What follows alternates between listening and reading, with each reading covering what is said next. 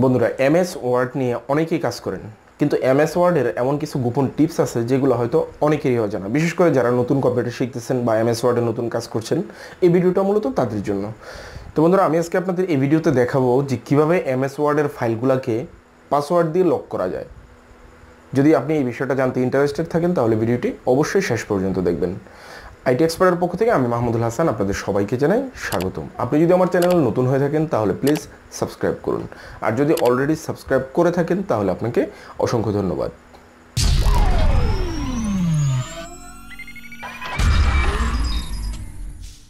তো চলুন বন্ধুরা, দেখে নেওয়া যাক কীভাবে আমরা এমএস ওয়ার্ডের ফাইলগুলোকে লক করব পাসওয়ার্ড দিয়ে। সেই প্রসেসিংটা দেখানোর জন্য এখন চলে যাচ্ছে সরাসরি কম্পিউটার স্ক্রিনে। ধরুন আপনি মাইক্রোসফট ওয়ার্ডে কাজ করছেন। তো এখন আপনি যে কাজটা করলেন সেই কাজটা আপনার সেভ করতে হবে এবং সেটা আপনি পাসওয়ার্ড দিয়ে সেভ করতে যাচ্ছেন। তার জন্য আপনাকে ফাইলে যেতে হবে। ফাইলে গিয়ে সেভে ক্লিক করবেন। সেভে ক্লিক করার পর আমরা নর্মালি এখানে পুনরায় আবার সেভে ক্লিক করি ফাইল সেভ করার জন্য। কিন্তু এখন আপনাকে যা করতে হবে সেটি হলো আপনি সরাসরি চলে যাবেন টুলসে। টুলসে যাওয়ার পর সেখান থেকে সিকিউরিটি অপশনটি সিলেক্ট করবেন।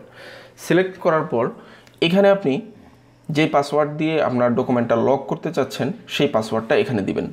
সাপোজ আমি এখানে ABCD 4 সংখ্যার একটা পাসওয়ার্ড দিলাম। এই পাসওয়ার্ডটা আপনার পুনরায় আবার এই জায়গায় লিখতে হবে ABCD। দেওয়ার পর আপনি এখানে ওকেতে ক্লিক করবেন। তারপর আপনি এখানে সেম পাসওয়ার্ডটাই আবার দিবেন। তারপর আবার ওকেতে ক্লিক করবেন, আবার পাসওয়ার্ড চাবে আবার দিতে হবে। দেওয়ার পর ওকেতে ক্লিক করবেন। এখন আপনি যদি সেভে ক্লিক করেন তাহলে কিন্তু আপনার এই ডকুমেন্টটা লক হয়ে যাবে। দেখুন আমি এখানে সেভে ক্লিক করলাম। আমার এই ফাইলটা আমি আবার পুনরায় যখন ওপেন করতে যাচ্ছি তখন কি দেখায়।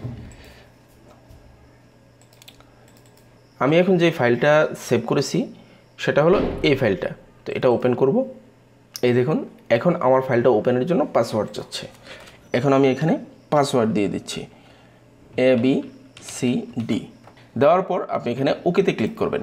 তারপর যখন এই অপশনটা আসবে এখানে দুইটা জিনিস আছে। একটা হলো আপনি জাস্ট এখন ফাইলটা ওপেন করতেছেন দেখার জন্য, কোনো পরিবর্তন আপনি এই ফাইলে করবেন না বা কোনো এডিট করবেন না।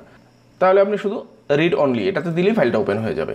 এখন কিন্তু আপনি এই ফাইলের মধ্যে কোনো কাট সেট করতে পারবেন না, জাস্ট আপনি পড়তে পারবেন। কিন্তু আপনি যদি এই ফাইলটা কারেকশন করতে চান বা এই ফাইলের ভিতরে কোনো লেখালেখি করতে চান বা এডিট করতে চান সেক্ষেত্রে আপনাকে দুইবার পাসওয়ার্ড দিতে হবে। একবার এখানে দিলেন ABCD দিয়ে এন্টার করলেন, তারপর আবার দিতে হবে ABCD। এখন আপনি চাইলে এই ফাইলের ভিতরে যে কোনো কিছু পরিবর্তন করতে পারবেন, লিখতে পারবেন, কাটতে পারবেন। তারপর জাস্ট আবার পুনরায় Ctrl+S প্রেস করলেই আপনার ফাইলটা এই লকের ভিতরেই সেভ হয়ে যাবে। কিন্তু আপনি যদি রিড অনলিতে দিয়ে ওপেন করতেন তাহলে কিন্তু এভাবে ফাইলটা সেভ করতে পারতেন না।